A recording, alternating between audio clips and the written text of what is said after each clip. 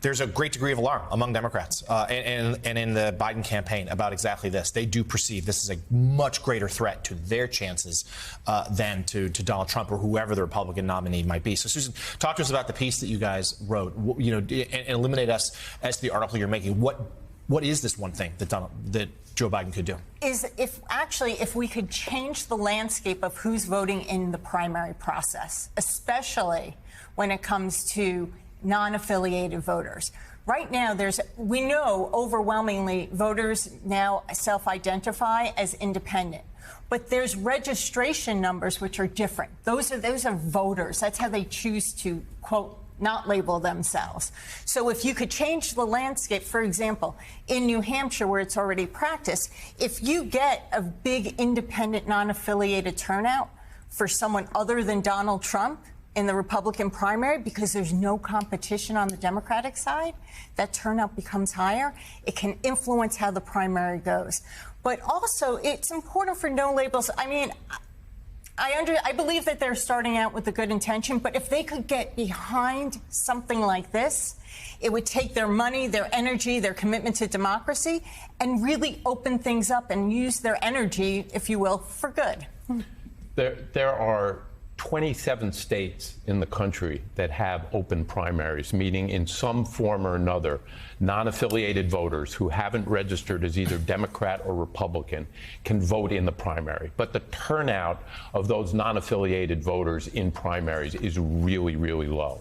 And what we think no labels could do, because they're not going to go away. They want to roll here. They've said almost their $70 million, which was their target. They're going to be a factor. But they've also vowed that they do not want Donald Trump reelected as president. Well, and by the way, can we just stop there for 1 second? And let's underline that. They are no labels. There is no doubt the Democratic Party, the Democratic consultant class, they're all freaking out about no labels. No doubt about it. But anybody that knows anything about no labels, and that organization knows, there are no labels, but they have one goal. One goal. And that is that Donald Trump is not elected president in 2024. That's their goal. They hope maybe it takes the form of an independent candidate. But again, I've got no dog in this fight. I just don't. All right? I don't. I'm just telling you, I hear all the whining about no labels. It cuts against everything I've heard and I know from reporting on that organization. One goal in mind: stop Donald Trump. Forgive me for slowing down. It's just I've heard this whining for so long. Like, people need to understand this. And who knows? Maybe they're all liars. Maybe they're all liars at no labels. Maybe they're lying. Maybe they've been playing me for a year, but for a year, that's what they've been saying. This is our only goal. And given that it's their only goal, and it's the right goal, what Susan and I believe is they have the wrong tactic. Don't run a third-party presidential ticket in the general election. Go to the primary process.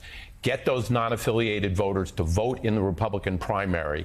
Their moderate centrist vote that can elect in the Republican nomination process. There's a brilliant approach. Have them come out and vote, spend their money there, make sure Donald Trump is not crowned the Republican nominee, and that way they can achieve their goal, not the way they're doing it. It's a brilliant approach, John. Yeah, I mean, Susan, is there any sense, though, that they're considering anything like this? Because to this point, they seem pretty hell-bent on running a candidate. And to Joe's point, they have a stated mission to not elect Donald Trump, but everyone is indeed worried that they may inadvertently do so unless they do shift tactics and potentially pull the plug on this between now and when votes start being cast. Right. And I believe their objective is to stop Donald Trump. But now they need an off-ramp.